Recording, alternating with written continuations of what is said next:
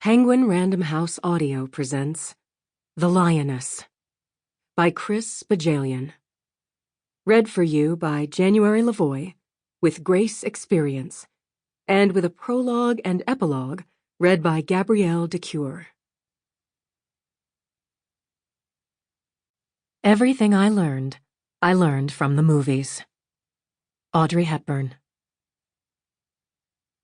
If you want a happy ending, that depends, of course, on where you stop your story. Orson Welles.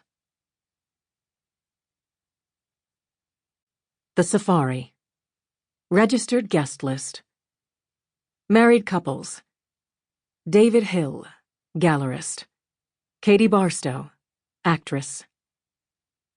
Billy Stepanoff, psychologist and Katie Barstow's older brother. Margie Stepanoff, homemaker.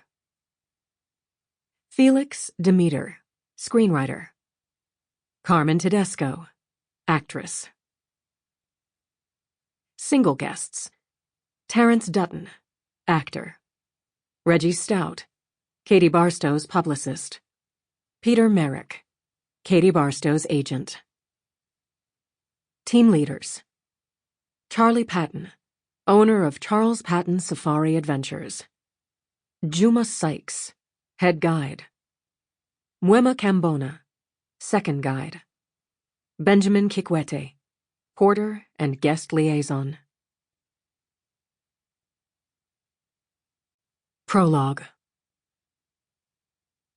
Oh, I can't speak for the dead, and I won't speak for the missing. I can only tell you what I think happened. Others, the dead and the missing, would probably have their own versions. Blame, I can tell you firsthand, is every bit as subjective as truth. Of course, I am also confident that the missing will never be found. The Serengeti is vast, and it's been years. Years. But Africa is changing. One never knows.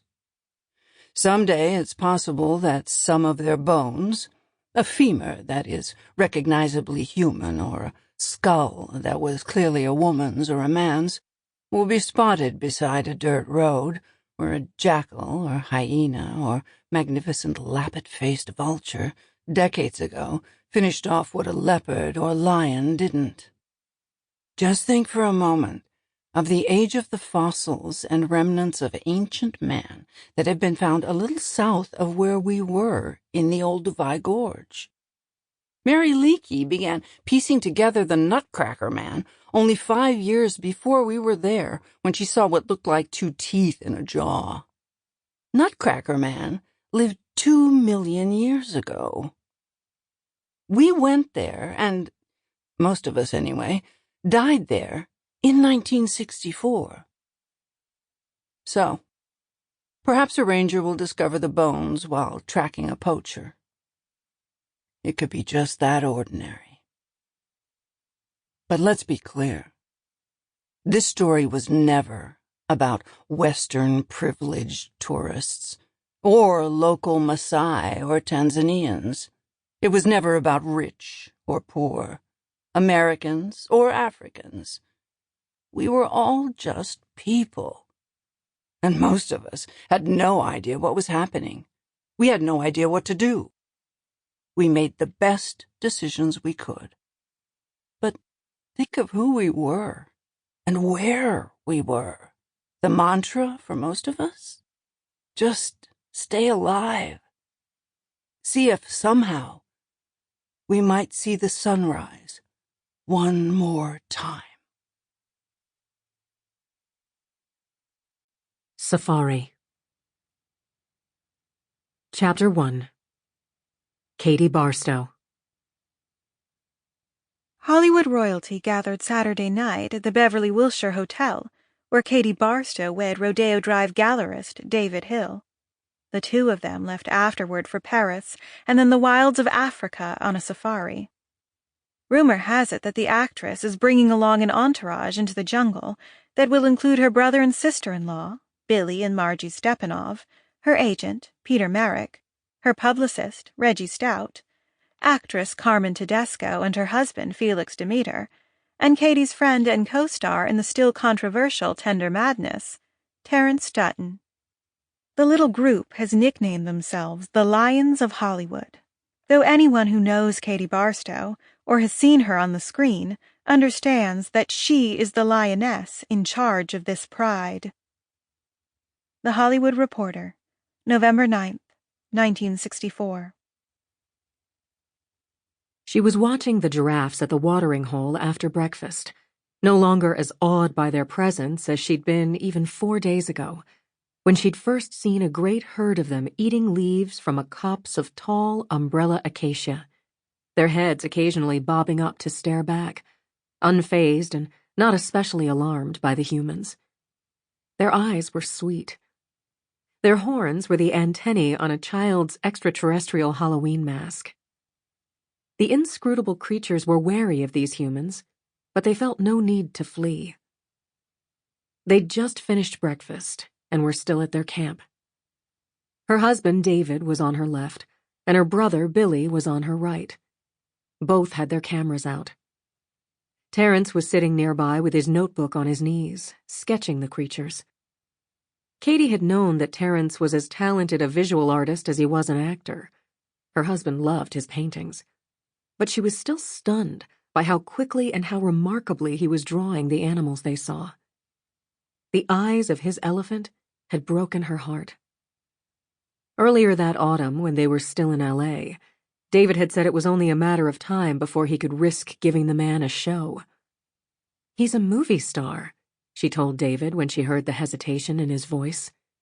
"He's a black movie star," David had reminded her. And while he was only acknowledging the backlash he might face from some quarters, she had still felt the need to remind him it was 1964, not 1864. His gallery's fiscal foundation couldn't possibly be so weak that it couldn't withstand blowback from racist critics and so-called connoisseurs. The group, all 9 of them and their guides, were about to climb into the Land Rovers and start the drive to the next camp. A journey through the savannah that would take 3 hours if they didn't stop, but would in fact take 7 or 8 because they expected to pause often for the Serengeti's great menagerie of animals. You just never knew what you would see and where you might detour. Yesterday they had been particularly lucky. They had witnessed the great wildebeest crossing at the Mara River. Thousands of wildebeest and zebras storming down the sandy banks into the water and attempting to reach the grass on the other side. There were 5 giraffes this morning, 3 with their legs splayed awkwardly as they stretched their long necks down to the water to drink. She felt a small pang of guilt that she was taking for granted her witness to their presence. Animals over 15 feet tall. Their legs alone were taller than she was, with their cream-colored coats and those iconic tawny spots. She wondered at the way her mind was wandering instead to the differences between coincidence and synchronicity. Her brother, a psychologist, had been expounding on the 2 words over breakfast in the meal tent. A coincidence, he had said, was the fact that there were 9 Americans on this photo safari, and last month 2 had been caught in the same end-of-the-world traffic jam that brought freeway traffic to a standstill before the Beatles' appearance at the Hollywood Bowl, Katie's husband and Katie's agent. Though David Hill was nearly 30 years younger than Peter Merrick, the idea that they had turned off their engines and stood smoking Lucky Strikes on the highway beside their cars at almost exactly the same moment near almost exactly the same exit had still been fascinating enough that it had broken the ice their first night in the Serengeti, and led David and Peter to bond in ways that transcended the generation and a half that separated them. It also gave them something less awkward to discuss than the reality that Katie Barstow, their more obvious commonality, made dramatically more money than either of them, or that they were 2 big, strapping men who depended upon the earning power of a 100-pound woman with a childhood more freakish than fairy tale who was barely 5 feet tall. Synchronicity was something more profound, a connection that suggests. Sample complete. Ready to continue?